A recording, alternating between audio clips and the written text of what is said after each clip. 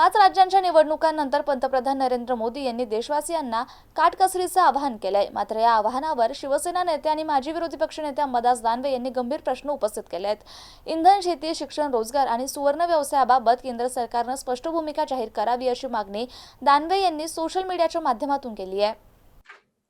देश संकटाच्या काळात एकजुटीने उभा राहतो, मात्र फक्त आवाहन न करता केंद्र सरकारने परिस्थितीचं नेमकं स्वरूप स्पष्ट करावं अशी भूमिका अंबादास दानवे यांनी मांडली आहे। देशासमोर नेमकं कोणतं संकट आहे, ते किती गंभीर आहे आणि त्याचा परिणाम काय होणार आहे याची अधिकृत माहिती सरकारने द्यावी अशी मागणी त्यांनी केली। इंधन वापर कमी करण्याचं उद्दिष्ट असेल तर त्याची आकडेवारी आणि नियोजन जनतेसमोर आणावं असंही दानवे म्हणाले। सोने खरेदी टाळण्याच्या आवाहनामुळे सुवर्ण व्यवसायाशी संबंधित लाखो कामगारांवर परिणाम होऊ शकतो, त्यामुळे सरकारनं रोजगार साखळीचं संरक्षण कसं करणार याचं उत्तर द्यावं असा सवाल त्यांनी उपस्थित केला।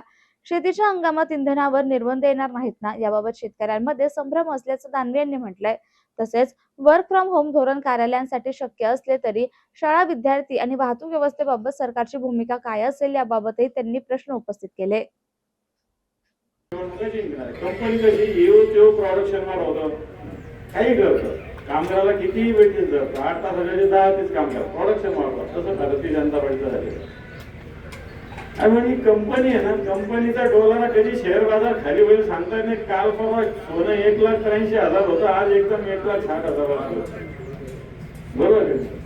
शेअर बाजार आता बातमी 3 वाजता होतं 3,000 कोटीचं नुकसान, शेअर बाजार एकदम खाली आला सोन्याच्या भावाने, चांदीच्या भावाने। जशी कंपनी आहे ना, तर कंपनीचा भाव कधी खाली होईल भारतीय जनता पार्टीचं सांगता येत नाही, की आपल्या हातात आहे। लक्षात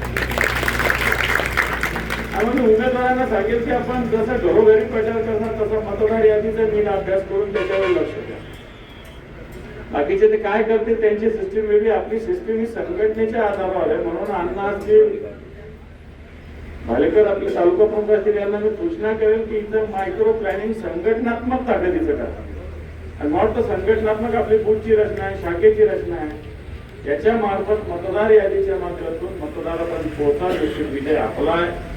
त्या पद्धतीनं जिल्हा असेल, राज्य असेल, देशात असेल राजकारण चालू आहे। शेतकऱ्यांची कशी फसवणूक चालू आहे, काही सांगण्याची गरज नाही। शेतमालाच्या भावाची स्थिती काय आपल्याला सांगण्याची आवश्यकता नाही, आपण सगळे तुझ्या नागरिक आहात। अतिवृष्टी झाली, त्याचं नुकसान भरपाई आपल्याला पोहोचली की नाही पोहोचली आपल्यालाच माहिती आहे।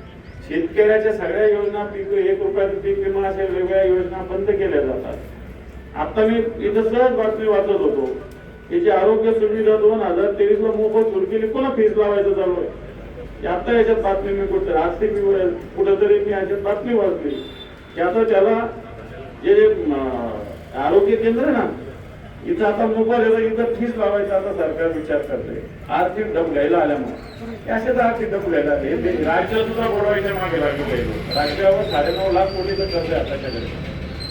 म्हणून मला वाटतं अशा विचाराची